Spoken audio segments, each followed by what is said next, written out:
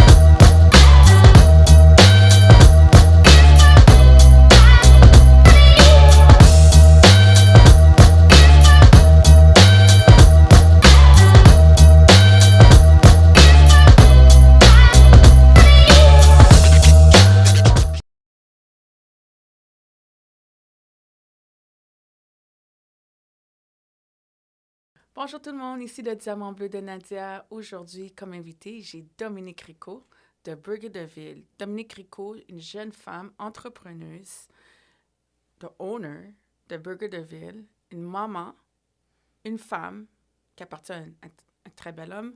Elle va tout vous expliquer qu'est-ce qu'elle a vécu à travers la santé mentale. Merci d'avoir accepté de venir à mon podcast. Mais merci de m'avoir invitée. Ça me fait vraiment plaisir d'être ici ce soir. Alors, parle-moi un peu de toi, Dominique. Dominique. Donc, je suis l'une... Qui est Dominique? Oui, je te dis ça tout de suite. Je suis l'une des propriétaires de Burger de Ville parce qu'on est 4 en tout. OK. Donc, je suis la première, donc l'aînée d'une famille de 5, la seule fille, Wow. la prunelle des yeux de mon père. Quand je suis devant mon père, je pense que j'ai 6 ans encore. Là. Je le dis tout le temps, puis tout le monde le sait. Mon père, c'est mon papa d'amour. Donc, maman de 2 hommes, je dois dire, c'est plus des enfants. C'est des enfants, mais 28 et 24, donc c'est plus des bébés. Donc, maman de 2 hommes, très fière de mes fils, d'ailleurs. Je suis la copine d'un homme que je trouve effectivement extraordinaire. Il est chanceux de m'avoir, je suis chanceuse de l'avoir aussi. Amen, c'est bien d'avoir ça. Oui, vraiment, vraiment. Mais je suis rendue, je pense, à un stade aussi dans ma vie où je recherchais le calme, la paix. Dans une relation, je cherchais un ami, un amant, un confident, puis je pense que je l'ai trouvé. Non, Donc, on ne dit pas « je heureuse. pense », tu l'as trouvé. Je l'ai trouvé, effectivement. Qui est Dominique Rico en plus de ça? Ben, Dominique Rico, c'est la simplicité. J'aime tout simplement aussi. Je suis quelqu'un qui aime, j'aime les gens, j'aime tout simplement. Ça n'a pas toujours été facile même en tant que personne, de comprendre, de le déterminer puis de faire comprendre aux autres. Mais aujourd'hui, comme je dis souvent, à 51 ans, ben, j'ai appris à accepter qui je suis, puis je l'accepte de plus en plus, puis c'est merveilleux. Donc, je suis une personne qui aime. 51 ans, tu ne parais pas 51 ans, hein, Dominique. Mais le corps, il le sait. Par contre, tu sais, comme au début, quand tu approches la cinquantaine, tu te dis « Oh mon Dieu, 50 ans ». Puis là, tu sais, tu te revois plus jeune, puis tu voyais les gens de 50 ans, puis tu te dis « OK, mais ils n'étaient pas si vieux que ça en réalité ». Wow. Donc, puis quand tu le vis, moi, j'adore. J'adore la cinquantaine, franchement. Puis j'ai hâte de continuer à découvrir ce que c'est. Et en tant que jeune, moi je te dis t'es jeune femme entrepreneuse, quels sont les enjeux que tu vis en étant entrepreneuse? Il y en a beaucoup, mais je pense qu'il faut apprendre à les sais, on les apprivoise, un obstacle, si je peux le dire, à la fois, une opportunité à la fois, un refus à la fois. Puis tu sais, continuellement, tu dois réfléchir. Tu es en mode solution. OK. Oui, c'est éteindre des feux, mais en mode solution continuellement, tout le temps. Burger de Ville, ça a commencé en 2020. Moi, plus j'y pense, tu sais, j'avais peut-être l'entrepreneur en moi, mais j'arrivais pas nécessairement peut-être à foncer ou aller de l'avant. L'opportunité est arrivée, puis j'étais rendue là dans ma vie. Et je me suis dit, OK, let's go, je fonce, j'accepte. C'est aussi un rêve que je suis en train de réaliser avec mon fils. Puis, mais c'est vraiment ça. Parce qu'en janvier 2020, mars 2020, COVID arrive, tout ferme ou presque. On est 4 entrepreneurs qui ne connaissons absolument rien au niveau de la restauration. Puis là, c'était OK, on garde le restaurant ouvert, puis let's go. Fait qu'on a appris tout sur le tas. Wow. Donc, c'est vraiment ça. C'est mode solution tout le temps. Moi, je suis quelqu'un qui, tu sais, je crois pas au hasard. Donc, quand quelque chose arrive, c'est parce que ça devait arriver. Donc, il faut juste trouver la solution. Tu sais, je me dis, en mathématiques, quand il y a un problème, c'est parce qu'il y a une solution. Fait que, solution, let's go. On cherche des solutions. Il y a un problème. Puis, tu sais, tu réalises que la vie, c'est de la gestion de problèmes. T'en règles un, il y en a un autre qui arrive. T'en règles un, il y en a un autre qui arrive. Donc, au lieu de le voir de manière négative, ou de le voir, tu sais, puis tu t'assombris, oh mon Dieu, j'y arriverai pas, ben il y en a un autre qui arrive après. Fait que let's go, on trouve la solution. C'est peut-être pas le fun pendant qu'on vit le problème et tout. On le règle, puis on attend le prochain pour pouvoir justement grandir là-dedans. Puis, tu sais, c'est ça la vie pour moi. Est-ce que tes parents ils t'ont toujours soutenu pendant ta jeunesse ou avec tes rêves que tu as en ce moment? J'ai parlé de mon père. Donc, mon père a toujours cru en moi. C'est Toujours. Il me disait tout le temps, t'es capable. Tu sais, il y a des petites choses qui me restent. Puis ça paraît peut-être anodin, mais comme le café. Mon père m'a toujours dit, chérie, tu fais le meilleur café au monde. Puis tu sais, je le croyais. Plus jeune, j'étais toute contente et tout. Mais, tu sais, c'est peut-être niaiseux, j'en parle là. Mais j'ai travaillé dans des bureaux et tout. Puis là, les gens me disaient, Dominique, tu fais un café extraordinaire. Puis j'étais là, mais voyons. Tu sais, mais mon papa me l'avait dit. Mais mon père, effectivement, il a toujours cru en moi. J'ai fait de la gymnastique. J'étais la meilleure gymnaste qui ne pouvait pas exister. Donc, tu sais, mon café, c'était le meilleur café qui ne pouvait pas exister. Mon père, plus jeune déjà, on avait une entreprise à la maison et tout. Puis, c'est moi qui m'occupais un peu de le côté administration et tout ça. J'étais la meilleure. Tu sais, et ta mère là-dedans? Ma mère, pour moi, puis je l'ai beaucoup entendu, je pense que les femmes, ou bien les jeunes filles, les filles, on a une relation spéciale avec nos mamans. C'est différent. Ça, je peux te dire. Puis, par contre, je sais qu'à l'extérieur, peut-être pas devant, en vieillissant, oui, elle a appris à me féliciter, tu sais, à être fière de moi et tout, mais plus jeune, je le sentais pas. Je le voyais pas. Je voyais plutôt une sorte de compétition. Tu sais, j'étais comme toujours en compétition avec ma mère, puis je comprenais pas. Puis je disais à mon père, mais qu'est-ce que j'ai fait à cette femme pour qu'elle agisse comme ça avec moi, mais plus vieille. Puis un moment donné, on a eu une bonne conversation. Là, j'ai dit, maman, je suis plus une petite fille, je suis une femme aujourd'hui. Donc, il va falloir que notre relation change parce que c'est pas possible. Puis avant sa mort, ça a changé aussi, là. On était rendus plus près. Donc, j'ai l'impression qu'à l'extérieur, elle était très fière de moi, puis elle parlait de moi. OK, mais elle me valorisait, mais à moi, ça a pris du temps avant que vraiment elle le fasse, puis que je réalise qu'il n'y a rien de méchant derrière tout ça. Elle est vraiment fière aujourd'hui. Est-ce que tu dirais, dans la culture, dans notre culture qu'on vit en ce moment, il y a beaucoup de problèmes de communication et ils ne s'acceptent pas le problème de santé mentale. Ouais, Qu'est-ce que tu penses, toi? Je dis oui à 100% et plus. La communication, c'est quelque chose de très vaste, d'après moi. Tu sais, on peut parler autant qu'on veut, mais si tu parles à quelqu'un et que tu n'arrives pas à te faire comprendre ou qu'elle ne comprend pas ce qu'elle te dit, ou elle est bouchée, elle est bornée, puis elle n'entend pas, bien, il n'y en a pas de communication. C'est vrai. Tu sais, la communication, c'est pas juste de parler, c'est d'écouter aussi. C'est d'écouter, puis, tu sais, il y a la question de perception. Tu entends quelque chose, tu comprends quelque chose, puis la personne ne sait pas du tout ce qu'elle voulait te dire. Ou il y a les mots qui ont été utilisés qui sont pas... Fait que, tu sais, c'est pas simple, la communication. Non, ce n'est pas. C'est vraiment pas simple. Puis dans notre culture, les Haïtiens, au niveau de la santé mentale, mais on n'en fait pas de dépression, les Haïtiens. Mais moi, j'en fais, là, je n'ai passé à travers. je te le dis parce que je sais ce que c'est, puis j'en ai fait aussi, mais sauf que moi, j'en ai fait... Depuis que je suis toute petite, je fais des dépressions saisonnières. Mes parents ne le savaient pas, puis moi, je ne savais pas, je ne pouvais pas le reconnaître. Plus jeune, je me disais, ah, ben c'est mes PMS. Après ça, je me suis dit, je suis une jeune mère monoparentale, ben je suis fatiguée, c'est normal. Jusqu'à ce que je comprenne puis que je réalise qu'il y a quelque chose qui ne fonctionne pas. Exactement. Puis la première fois que vraiment, j'allais vraiment au ralenti, puis j'arrivais, c'était de plus en plus difficile. Je n'étais pas médicamentée ou rien. J'avais honte. Premièrement, j'ai arrêté de travailler. J'ai dû arrêter de travailler parce que je ne savais pas ce que j'avais, je pleurais, puis tout. Puis, j'avais honte de le dire à mes parents. Oh, wow. Puis, c'est après un bout de temps, mon père m'a appelé, puis il m'a dit, « Je t'entends pas, qu'est-ce qu'il y a? » J'ai dit, « Ah, je suis juste un petit peu fatiguée, papa. » Puis mon père, qui est un papa gâteau, puis justement, problème de communication, lui, quand il y a un problème, combien as-tu besoin? Ça gagne. Tu sais, genre, qui bill qui peut couper, qui combien ont besoin, m'a font transfert, m'a passé vinoir, puis tout ça. Cette fois-là, j'ai dit, papa, c'est pas ça, on est ailleurs, là. La première fois que j'ai réalisé qu'il y avait quelque chose qui fonctionnait pas. Puis il a dit quoi ton père quand tu lui as dit ça? Il comprenait pas. Ou gain problème à Marie, ou ça gagne, pas comprendre. Puis là, j'étais comme, je dis, papa, on en reparlera parce que juste d'expliquer, parce que même toi, tu comprends pas ce qui t'arrive. Donc, juste d'expliquer, c'était compliqué. T'sais? Puis ma mère, ça a pris du temps avec qu'elle comprenne, mais je pense que nos mères haïtiennes ont vécu avec beaucoup, tu sais, on fait beaucoup de dépression.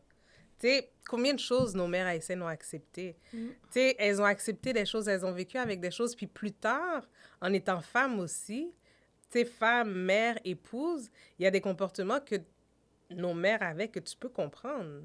Aujourd'hui, que je me dis, OK, fait qu'elle avait des problèmes d'hormones, Timoun n'en colle, Marie n'en colle. Fait que c'est pas évident. Mais justement, s'il y avait eu de la communication, puis elle m'avait assise, chérie, je suis fatiguée parce qu'il y a telle chose. Donc ça, c'est fatigant. Mais si on ne te le dit pas, tu penses tout le temps que c'est toi le problème. C'est vrai. Tu sais, là, tu te dis, ben mon Dieu, qu'est-ce que j'ai fait? Qu'est-ce que j'ai pas fait? Mais voilà d'où vient la communication. Puis la dépression, tu sais, aujourd'hui, en étant femme plus mature, plus vieille, c'est plus facile de parler puis de comprendre aussi les femmes plus vieilles. Donc, je parle beaucoup avec des dames qui représentent mes tantes et tout. Puis là, je leur dis, est-ce que tu en as fait des dépressions? Puis elle dit, dans le temps, on n'en parlait pas. Puis on savait pas nécessairement ce qu'on avait. Mais, tu sais, j'ai une dame que je considère comme ma tante, puis elle m'a dit, oui, Dominique, j'en ai fait. Puis elle dit, je suis infirmière. Puis même en étant infirmière, dans le temps, je ne le comprenais pas. Mais oui, aujourd'hui, je peux dire que j'en ai fait. Tu sais, par contre, ces femmes haïtiennes, nous, ces potomitans, nous pas arrêter dans la dépression, ou passer sous lit, puis t'avances. Mais c'est pas toujours évident. C'est pas toujours... Tu peux pas toujours, en claquant des doigts, sortir d'une dépression puis te dire « OK, c'est bon, on continue, on recommence. » Non. C'est pas facile. Est-ce que toi, tu prends des médicaments si c'est pas trop J'ai indiscret? arrêté. Ah non, j'en parle ouvertement parce que je pense que ça peut aider du monde. Tu sais, puis pour être franche avec toi, avant que je réalise réellement que je faisais des dépressions, j'étais dans ma trentaine. Début quarantaine, mais j'en faisais depuis longtemps. Puis comme je te dis, moi, je me disais tout le temps, c'est normal que je sois fatiguée, j'ai 2 enfants, c'est normal que je sois fatiguée, tu sais, je suis monoparentale, c'est normal que je sois fatiguée parce que je travaille beaucoup. Jusqu'à ce que je réalise qu'à un moment donné, je passais une partie de l'année ou quelques mois dans un nuage. À cause des médicaments? Bien? Même pas, j'étais pas encore médicamentée, mais je fonctionnais. Tu sais, j'étais dépressive fonctionnelle. On est comme des robots. On se lève, ouais. Tu prépares les enfants, tu les emmènes à l'école, tu mets le masque, tu vas travailler, tu vas chercher les enfants, tu arrives à la maison, tu pètes des coches à n'en plus finir. Les enfants subissent, tu sais. Puis, mais c'est à un moment donné, puis comme je te dis, mais c'est depuis que je suis tout petite. Et ma mère, c'est en étant plus vieille qu'elle me disait, mais il y a longtemps qu'on ça, Dominique. J'ai dit, oui, mais personne ne savait que je faisais des dépressions. Tu sais, on me disait que j'étais timide. Toi, quand j'étais jeune, on me disait que j'étais timide. Mais ça se peut que t'étais timide. Je me renfermais à l'automne, quand l'école commençait. Ah, Dominique timide. Depuis l'école commençait, c'est qu'on s'alliait. Mais c'est pas vrai, c'est l'automne. Aussitôt qu'il n'y a pas que la lumière du jour. Oui, c'est là que ça commence pour moi. Okay. Fait que longtemps, ben moi, j'ai porté l'étiquette de « je suis timide ».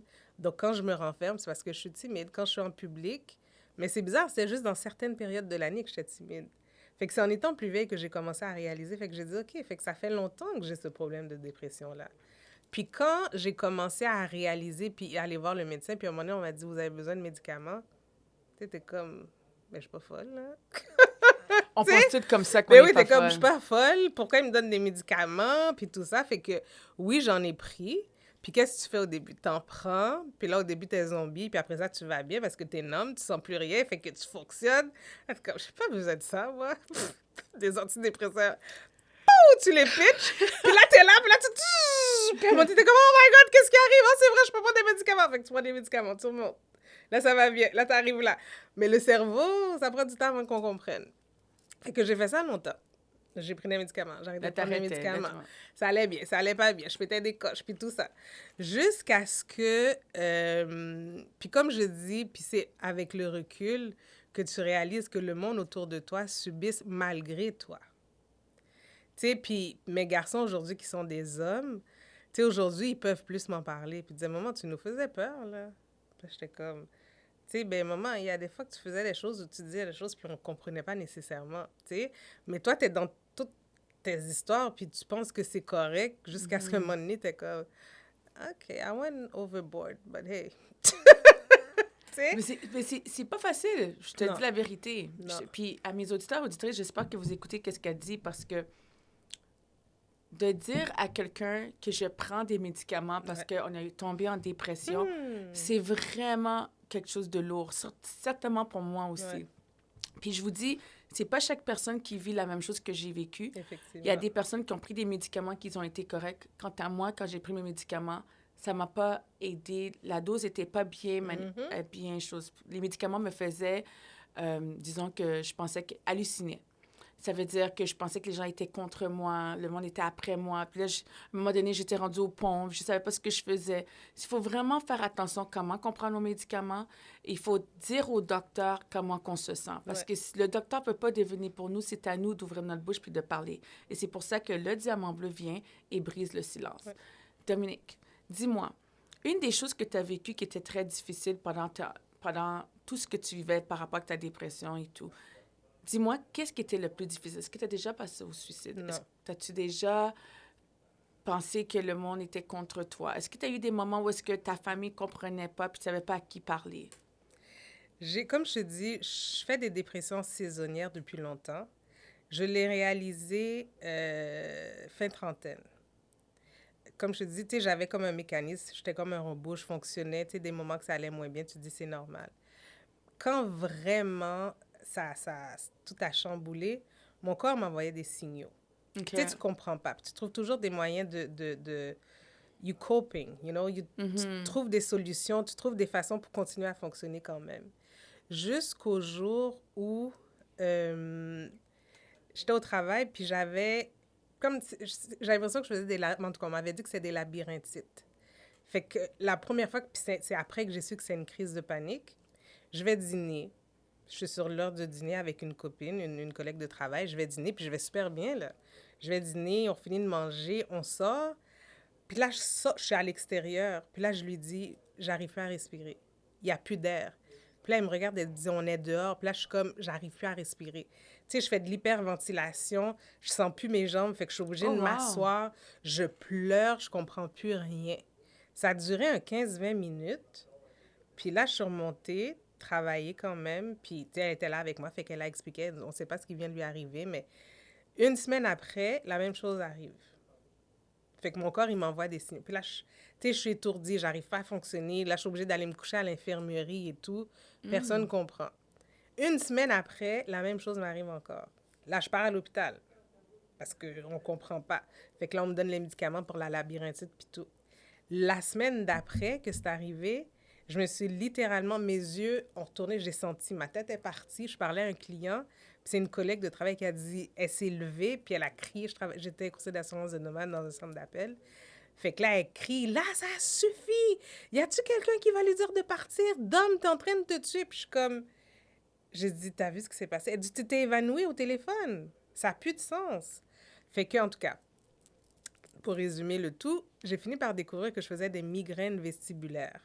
Donc, ça, c'est un peu des hormones qui font du free-for-all dans mon cerveau et tout. Fait que, puis c'était nouveau. Donc, ils ne savaient même pas encore vraiment... Tu sais, on essayait des médicaments et tout. J'étais déjà dépressive, mais je ne prenais pas de médicaments à l'époque, quand ça m'est arrivé. Fait que j'étais mis en arrêt de travail pour des migraines vestibulaires. Fait que là, la neurologue essaie de me donner des médicaments pour voir ce qui allait aider. Parce que quand ça m'arrivait, là, j'avais des étourdissements. Puis bizarrement, mon œil droit, à cause des migraines, j'avais des douleurs atroces. Puis c'est rendu que mon œil sortait un peu de l'orbite. Allait, je te dis, là, j'étais pas belle à voir. À un moment donné, mon œil se tournait et tout. J'avais des étourdissements, c'était vraiment pas drôle. Fait qu'elle me donnait des médicaments. J'ai essayé plein de médicaments pour ça. Des trucs qui ralentissaient mon rythme cardiaque. J'arrivais à la pharmacie, puis ils regardaient ça, et me disaient, pourquoi vous prenez ça, madame? Oh my C'est gosh. dangereux. J'ai une cousine qui est infirmière, elle m'a dit, Dominique, tu prends ça? Elle dit, ton cœur peut arrêter ou n'importe quoi à tout moment. Ben, ils essaient de trouver quelque chose. Par contre, dans la médication qu'elle me donnait, si déjà j'étais dépressive, ben voilà, ça me mettait en dépression. So, c'est Un des médicaments. Un des médicaments, que je ça te prenais rendait encore plus plus dépressive. dépressive. Fait que là, je tombais en dépression, mais en déconnexion littéralement. Oh my God. Ça, je te parle de... je suis rendue en décembre 2014. Je suis plus là. Je suis... Comme je le dis, j'étais en enfer, puis je suis revenue. Je suis plus là. J'ai arrêté de manger, je ne savais pas. C'est mon fils qui me l'a dit.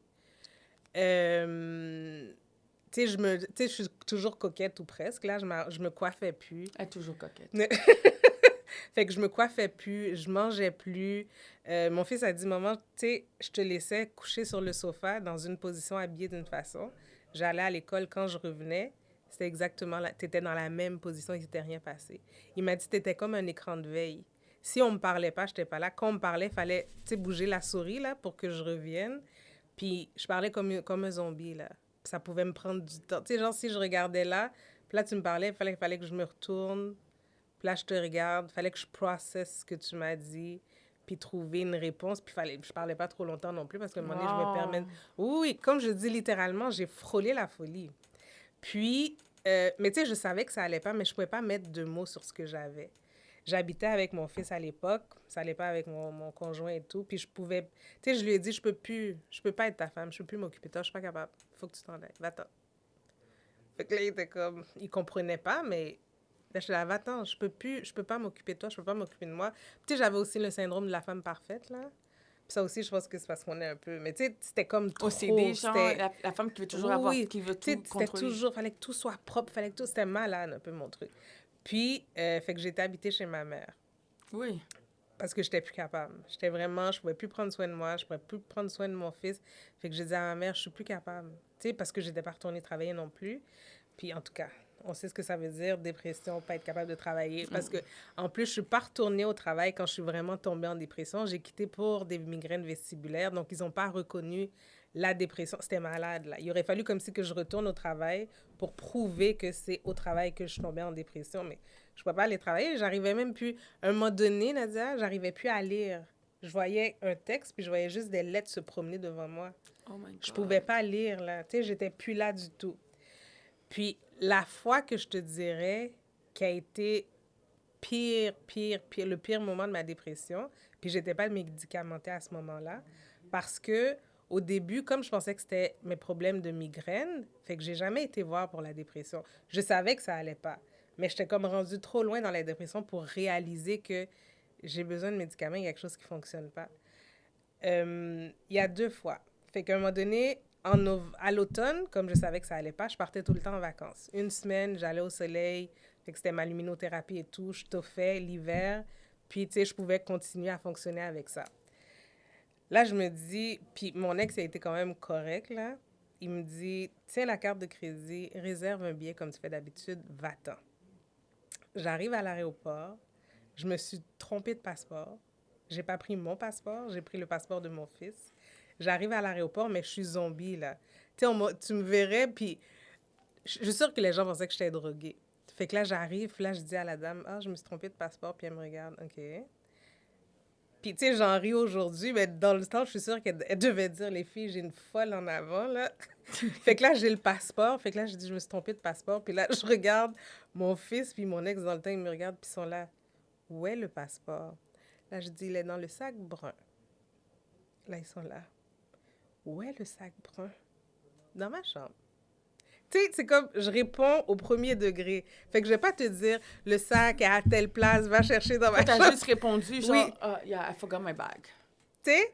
Fait que là, ils sont comme, OK, retourne. L'aéroport à Ville d'Anjou, il est 5h30, là, dans le trafic. Fait que là, je suis assise, puis, tu sais, je sais qu'il y a quelque chose qui est pas normal. Je devrais être énervée, excitée, stressée, mais je suis assise, puis je suis là, j'attends. Fait que là, un moment donné, ils viennent me voir. Hi, are you the one who forgot your passport? Je suis comme, yeah. Okay, so the plane is leaving in like half an hour, 45 minutes. If they don't get here with your passport, you're not leaving today. Puis là, je les regarde, puis je dis, OK. If you have to leave tomorrow, it's going to be $500 more on your ticket. Puis là, je suis là, OK. Mais sans rien, sans réaction. Sans réaction du tout. Puis là, ils Surtout, sont t'avais là, pas sans émotion. Puis là, la dame, elle est là, elle me regarde. Are you sure you're traveling? Fait que là, elle est là, elle me regarde. Maybe you should call them, ask them where they are, tell them that, you know, they have to hurry and everything. Puis là, je suis là, I should call them? Puis là, elle est là, yeah! Puis je suis comme, OK. Fait que là, je prends le téléphone. Mais tu sais, pas... Puis aujourd'hui, je le dis, puis je me dis comment... Mais j'ai vraiment été là, tu sais. Fait que là, je suis comme, vous devriez arriver vite parce que là, je donne l'explication, puis tout. Elles sont comme, OK, on se dépêche, on arrive. Là, il y a un autre monsieur qui vient me voir. Is it you? Puis je suis comme, hein? Tu sais, mais c'était... Là, j'étais dans un... J'étais plus là du tout. Finalement, en tout cas, j'ai pu partir quand même. Je suis dans l'avion. J'ai aucune idée de où je vais. Je sais que je vais à Cuba, mais j'ai pas le nom de l'hôtel. J'ai pas mon numéro de chambre. J'ai rien gardé. J'ai rien imprimé. Est-ce que tu penses que c'était une bonne idée d'aller en voyage dans cet état-là? Je sais pas. Pour moi, il fallait juste que... Ouais, j'étais toute seule. Il fallait juste que je parte. Fait que là, dans l'avion... tu sais, j'entends tout le monde, oh, je m'en vais à Cayo Coco, je m'en vais ci, je m'en vais ça. Puis là, je suis comme, où est-ce que je vais? Tu sais, où est-ce que je vais? Où est-ce que je descends? Fait que ça, c'était un moment, je suis assise dans l'avion, puis j'ai comme eu un petit moment que j'étais présente. Puis là, j'ai dit, OK, il y a un film qui joue, je peux pas comprendre le film. J'ai pris le mauvais passeport. J'ai pas imprimé mon billet, j'ai rien gardé comme documentation pour me rappeler où je vais. Puis là, tu sais, parce que je croyais en rien, fait que je croyais pas en Dieu dans ce temps-là non plus, là, même si, je suis croyante. Fait que là, je suis restée assise dans l'avion, j'ai dit, Seigneur, j'ai 2 enfants. J'ai dit, je suis courtier d'assurance de dommages. J'ai parti une fondation en Haïti pour aider des enfants. Puis là, tu vas me laisser partir comme ça? Parce que je suis plus là, Seigneur. Je sais pas ce qui se passe. Mais je suis pas là. Ta fondation existe encore? Non, malheureusement. La représentante est partie au Chili, puis c'est pas évident de faire confiance à quelqu'un en Haïti. Donc, unfortunately, non. Fait que, mais j'ai eu un ange gardien quand je suis arrivée à Cuba, qui a été avec moi pendant tout le voyage. Une dame, nos chambres étaient conjointes, puis comme je te dis, je crois pas aux arts, une chance qu'elle était là. Wow. Parce qu'elle a veillé sur moi pendant tout le voyage. Puis à un moment donné, la première journée, tu sais, mon regard partait, là. Puis j'étais plus là, puis là, j'entendais Dominique. Puis là, je revenais, je regardais. Puis là, elle me disait, là, j'étais là, ça va vraiment pas. Elle me dit, qu'est-ce qu'il y a? J'ai dit, je sais pas, mais ça va pas. Fait qu'elle m'a emmenée à ma chambre. Elle m'a dit, couche-toi, essaie de dormir. Elle dit, reste dans ta chambre aussi longtemps qu'il le faut. Je viendrai cogner à ta porte une fois de temps en temps. Puis elle me mettait des petits messages sous la porte pour me dire, j'ai été dîner, je suis à la plage, puis tout ça. Puis à un moment donné, puis j'avais perdu la notion du temps, fait que je sais pas combien de temps je suis restée dans ma chambre. Puis à un moment donné, je me suis dit, OK. Fait que je suis sortie, puis c'est elle qui me disait, essaie de manger ça. Wow. Essaie de manger ça. C'était... You're gonna make me cry. Non, faut pas pleurer. Puis ça, c'était l'une des fois. La deuxième fois, j'étais plus dans ce monde. Parce qu'avec tout ça, tu sais, tout va mal, il faut que ça continue. Mon fils a eu un accident. Il a frôlé la mort, littéralement. Puis, j'avais pas d'émotion. Pendant à peu près 3 mois, j'ai eu zéro émotion. Fait que la colère, la joie, la peine, je sentais rien, rien. Il y a un accident, puis, tu sais, je t'épargne un peu de détails. J'arrive à l'hôpital. Il a une dent cassée, le nez cassé, le foie perforé, les 2 poumons. Le foie lacéré à 7-8 cm, les 2 poumons perforés, le poignet fracturé à 8 endroits, le genou, tu sais, tout en mauvais état. J'arrive, puis les larmes coulent, mais je sens rien. Puis c'est après, la psychiatre m'a dit, c'est comme un mécanisme, mais c'est juste des larmes qui coulent, mais je sentais absolument rien. J'étais debout, contre le mur de l'urgence, puis là, je regardais les larmes qui coulent, mais je comprends pas. Je vois mon fils couché dans un lit, Mais il était quand même conscient. Puis ma mère est là qui regarde l'enfant, puis qui me regarde, pauvre madame, désolée complètement, là. Puis, tu sais, les jours passent, puis là, après quelques heures, « Oh, madame, il y a telle chose. Oh, madame, on vient de découvrir telle chose. » Mais je suis plus ou moins là, fait que c'est mes amis qui me disent, « Dominique, est-ce que tu comprends ce qui arrive? » Puis je suis comme, « Une chance que vous êtes là, les filles. » Puis là, je suis comme, « C'est grave. » Puis ils sont comme, « Mais Dominique, il y a le foie lacéré. Dominique, il y a les poumons perforés. » Puis là, je suis comme, « OK, mais c'est grave. Tu sais, je suis pas là. » Puis, il y a une fois, je suis assise à l'hôpital, Nadia, puis j'ai l'impression que je suis plus dans ce monde-là. C'est le monde, là, c'est devenu comme une télé. Puis là, j'ai dit, OK. J'ai dit, là, je m'en vais, c'est sûr. Parce que je suis plus là. Littéralement, là, je suis assise, puis je regarde une télé, puis je suis comme, wow, c'est ça le monde, mais moi, je suis pas là, je n'en fais pas partie, là. Juste 2 secondes. À mes auditeurs, j'espère que vous écoutez très bien son témoignage parce que ça I relate to what she's going through. Ça me touche énormément. Puis je l'ai vécu, cette dépression-là, puis je l'ai vécu, ce que tu as vécu. Puis c'est vraiment important que le monde voit tous les signes qu'on passe à travers parce que en tant que maman monoparentale ou bien une jeune que tu es, tu vas à l'école ou que tu sois un papa monoparental, que ça n'importe qui tu es, il faut vraiment que tu comprennes ce que tu vis. Chaque personne, on vit notre affaire différemment. Puis une des choses qu'on doit apprendre, c'est à gérer nos émotions et à communiquer avec nos amis puis de leur dire, écoute, j'ai besoin de ton aide. Je sais pas ce qui m'arrive, mais j'ai besoin d'en parler. Et c'est à vous qui fait la différence de briser le silence. C'est pas à nous de le faire, c'est pas le docteur de le faire, c'est à nous personnellement. Excuse-moi de t'avoir coupé la parole. Je suis d'accord avec toi. Ce que tu dis aussi, c'est l'isolement. Faut pas s'isoler. Il ne faut pas s'isoler parce que c'est ce qui nous arrive. En tout cas, moi, personnellement, c'est ce que je faisais. Tu sais, je suis la fille qui parle à tout le monde, qui est tout le temps partout et tout. Mais là, je me reculais. J'appelais plus personne. Moi aussi. Je sortais plus. J'ai des gens qui ne me parlent plus aujourd'hui parce qu'ils me disent « Oh, t'as changé, t'es plus la même. » Moi aussi. C'est parce que je savais même pas ce que j'étais en train de vivre. Puis, après avoir vécu ça, fait que là, je disais aux gens autour de moi, ne me laissez pas m'isoler, ne me laissez pas m'éloigner. Tu sais, si tu réalises qu'à un moment donné, je t'appelle plus, tu me vois plus, tu m'entends plus, viens me chercher.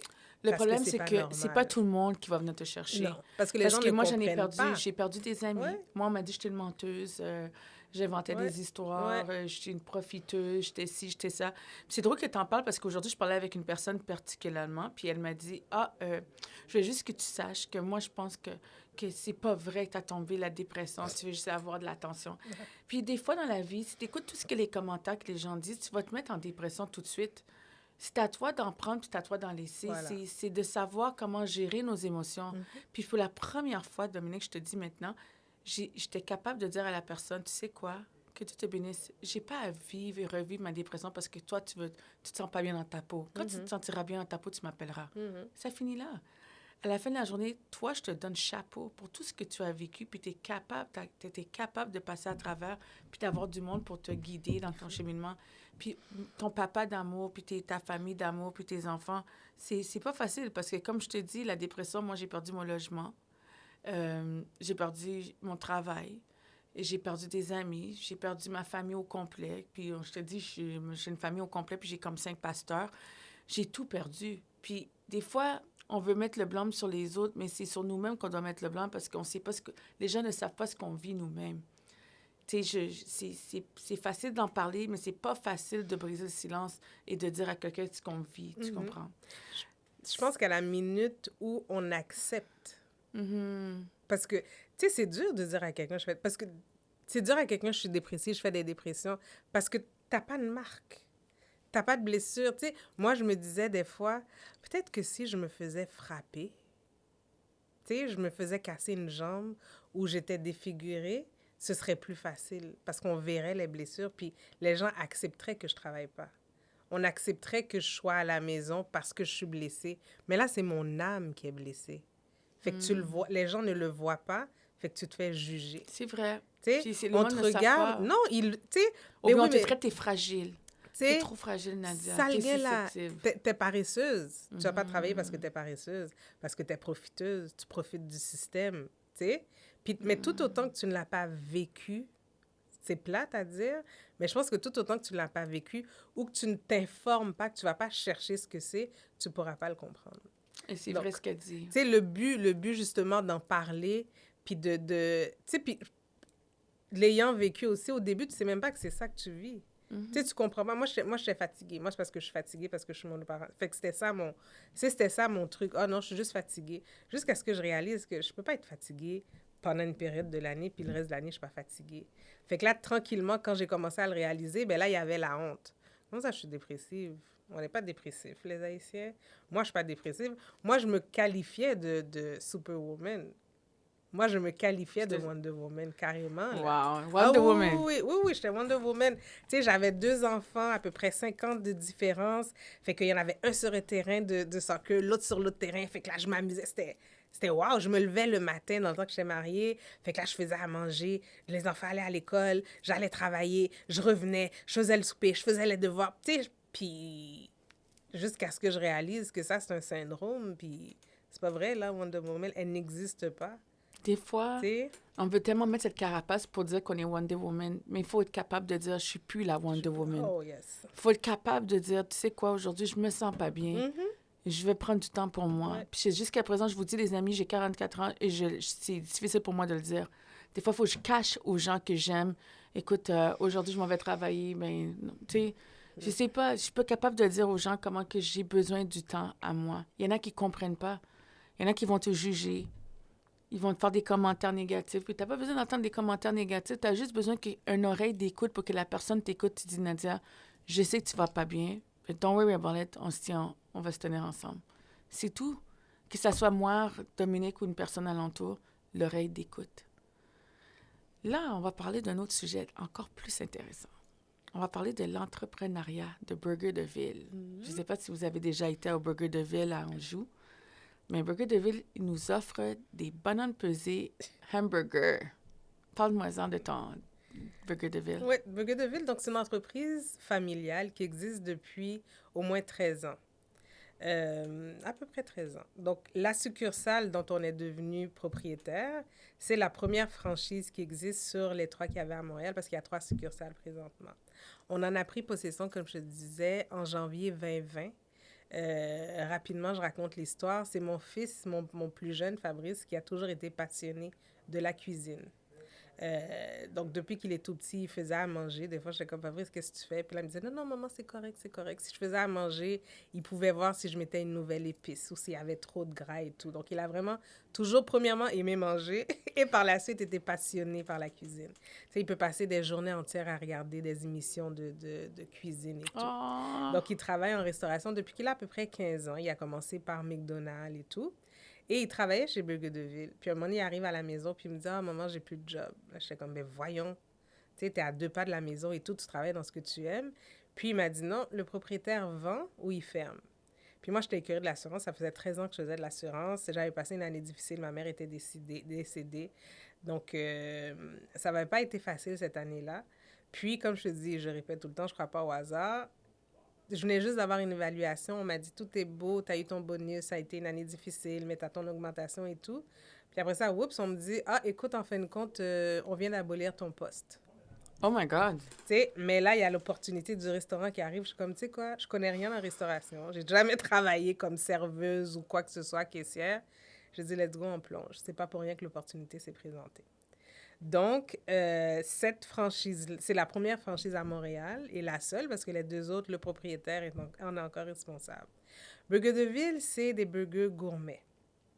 Donc, oui, ce sont des burgers, mais ce n'est pas des burgers, tu sais, McDo ou les fast-food de ce monde. C'est de la viande fraîche que j'achète moi-même, mettez dans ma machine et tout, là. Donc, au moins 2 fois semaine, on achète la viande. Elle n'a jamais été congelée. Tout est fait comme à la maison.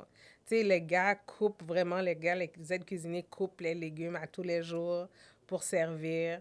Donc, le fait que ce soit une franchise, on se doit, comme n'importe quelle franchise, de respecter le menu. Exactement. Par contre, le franchiseur nous a donné la possibilité de pouvoir mettre notre touche le dimanche.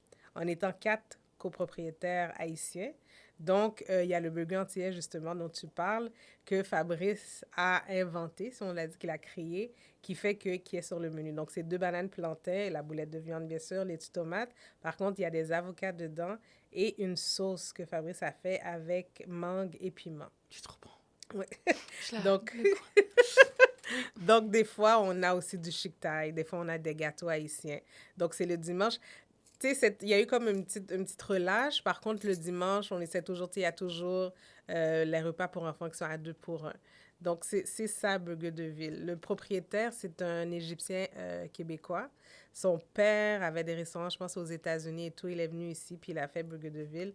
Mais tu sais, Burger de Ville a fait son nom, là. Tu sais, c'est par sa notoriété, par les produits qu'il offre.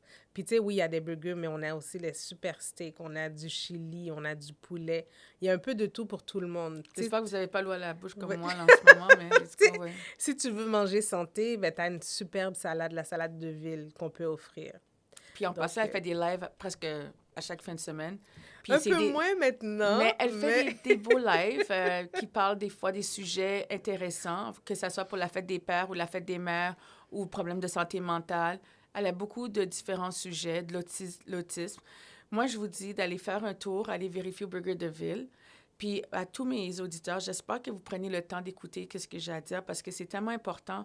Des fois, on prend le temps, on ne veut pas sortir, on veut se sauvegarder des sous et tout. Mais prendre le temps pour aller manger quelque part, ça va aider.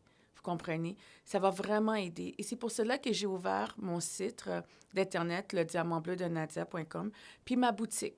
Alors, moi, j'ai une boutique qui me favorise. Ça s'appelle le Diamant Bleu de Nadia. Vous allez voir dans ma boutique, j'ai différents objets, différents trucs qui me favorisent moi. Alors, comme le sac, un sac pour si on veut aller en voyage. Moi, je veux voyager.